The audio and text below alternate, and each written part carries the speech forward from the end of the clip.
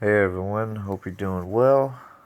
I wanted to talk about the recent news, which you may or may not have heard. You probably heard it. It's pretty big right now, but the missile attack that the United States did on Syria, on the particularly the airbase. Um, at the time, it was around, I believe, 50 Tomahawk missiles were shot on the or shot against the Syrian base, and basically in response to the gas attacks that Bashar al-Assad, the president of Syria, is used against the civilians, like the rebels and everything like that. And of course, if you saw the video, you see like the children like that got gassed, and it looked very bad. I'm not gonna lie, it was pretty hard to watch. But with the outcome of that, of course, the United States basically declaring, I won't say it go as far as say declaring war, but declaring an attack on them. Like all the other attacks up until now have been an accident. Basically, the United States have been claiming, anytime someone from Syria that got attacked by the United States is always like an accident. Oh, it was an accident. Blah blah blah. Right.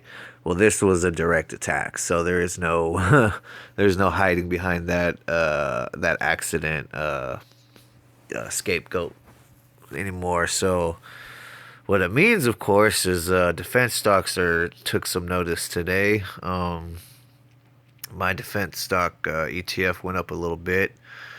Um, and in this ETF on the stash, there's like the top 10 ETFs that it shows right here.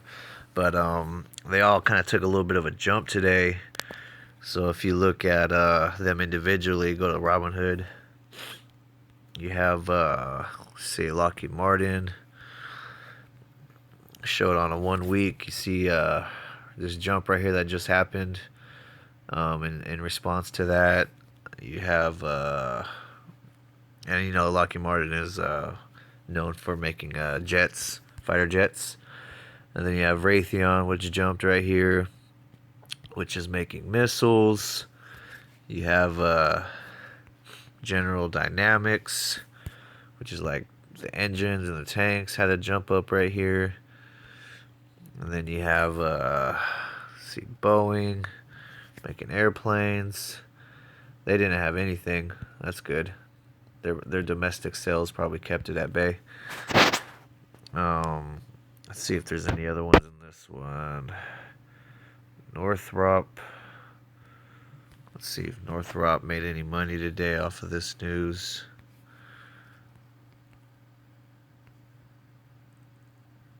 NOC. Yep, they had a spike today.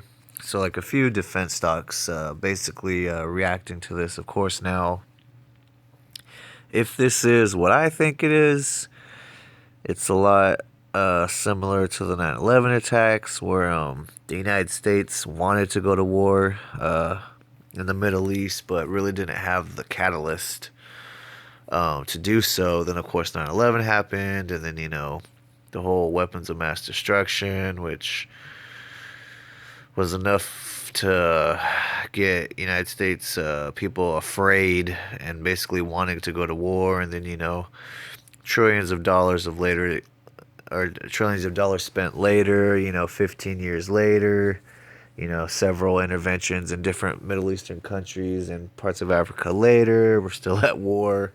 Because the defense contractors, they don't want to resolve the war. They want perpetual war. They want to sell guns and ammo and missiles and aircrafts and tanks and boats and subs and all that shit. So this is a potential,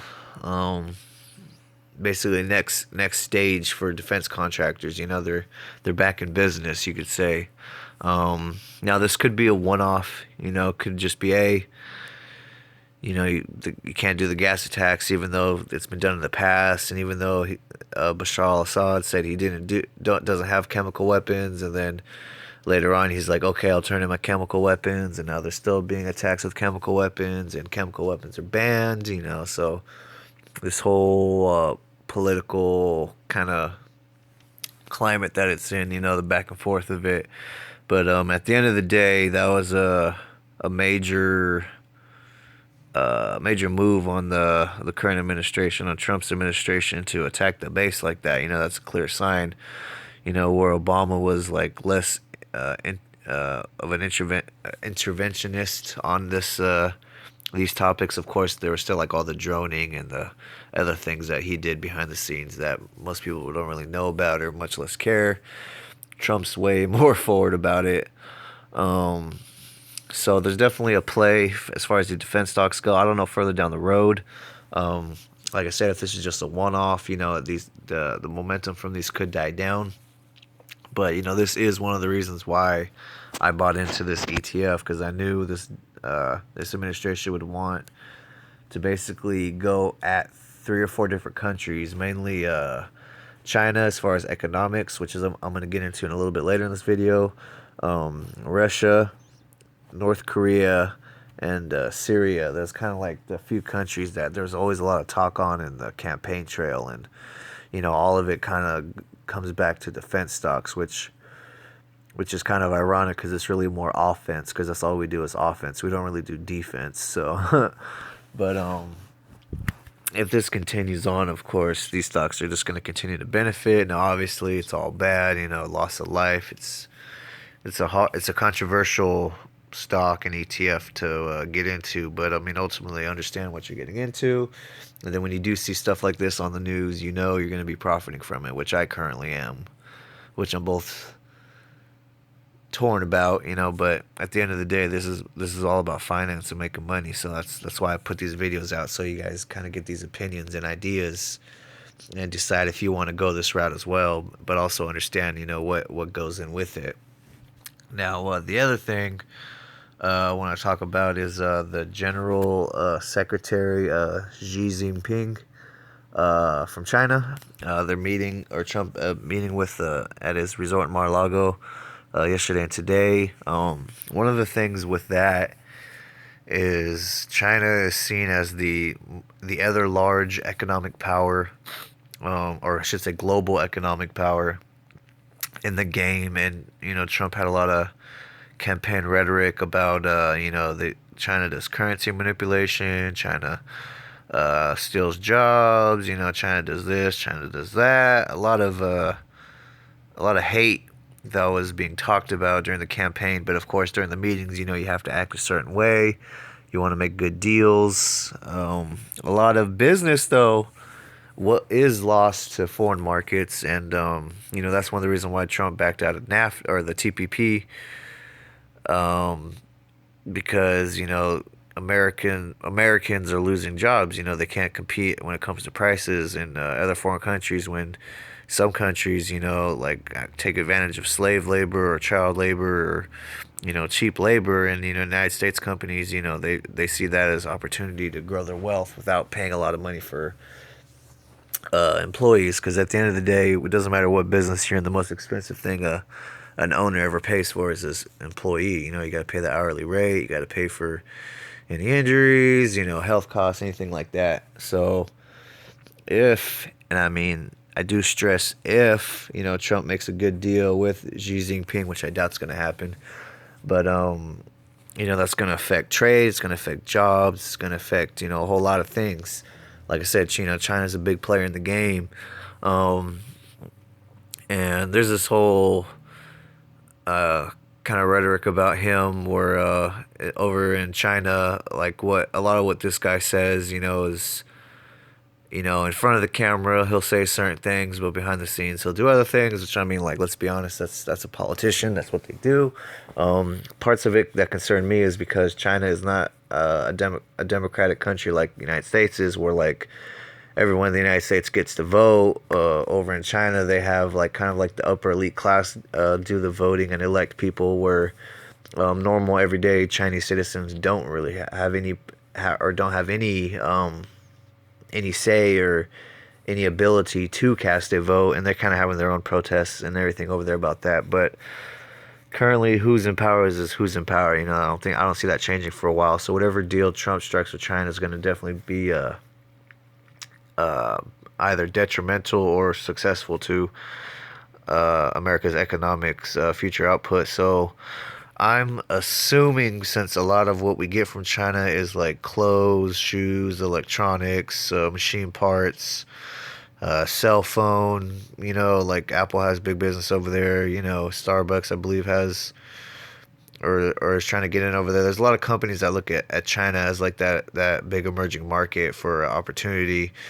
Like I said, it's over 1 billion people in that economy, so that's a lot of money to be made. So things like that, maybe in the near future you might see changing, maybe down the road.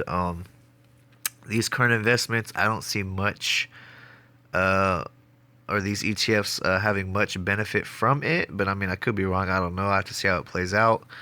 But if you are into those spaces, as far as like retail, clothing, apparel, um, you know, technology, electronics, I did do a top 5 tech stocks recently. You could argue that like Google and Amazon being competitors with certain China markets, like as far as like Alibaba is like a big, or is like the Chinese version of Amazon. They have a billion plus economy size. And if that ever takes off, that Alibaba could crush Amazon because Amazon's only banking off 300 million American citizens and whatever other countries that Amazon can get into. But China alone can be its own economic power as far as the online trade, just from that alone, just for their sheer numbers. But that's just gonna play out in the future. But I think this weekend's going to be interesting just with this attack as well as this meeting. There's kind of two big things. Will we be in another continuous perpetual war with Syria and other Middle Eastern countries? And will we be in an economic war with China? Because China wants to kind of go ahead and be the world leader or the world power when it comes to like the economic trade. And they say they also want to be a leader in climate change and having improving their emissions and all that, even though they're like one of the biggest like or one of the largest carbon emissions emitters or whatever. So it'd be like a complete 180 for them to kind of take that on. But I mean, if they say they're gonna do it and they do it, I mean that's one thing. But more than likely, it's the same campaign rhetoric where they say one thing and do another. So going forward, I'm gonna be watching that. I don't suspect anything to change. I'm sure oil's still gonna be the major player, but that's why I'm gonna continue to invest in raw earth. But anyway, I wanted to touch on those two. I'll probably make a couple videos in the future going on about that. If the war with Syria continues on and the United States continue making attacks, defense stocks will continue to go up. And then if we kind of have a trade war with China, look at companies, like I said, that are in apparel, clothing, tech, phone parts and stuff like that, because a lot of overseas trade, there could be tariffs added on. There could be other things that are going to drive up the price. And we could see the outcome of that in our everyday products that we use and we purchase. So keep that in mind. If anyone has any questions on this, feel free to ask. As always, I'll try to answer. As always, if you like my channel, help me out. Click like and subscribe. I'll keep it going. Looking forward to the next video, so I'll talk to y'all later.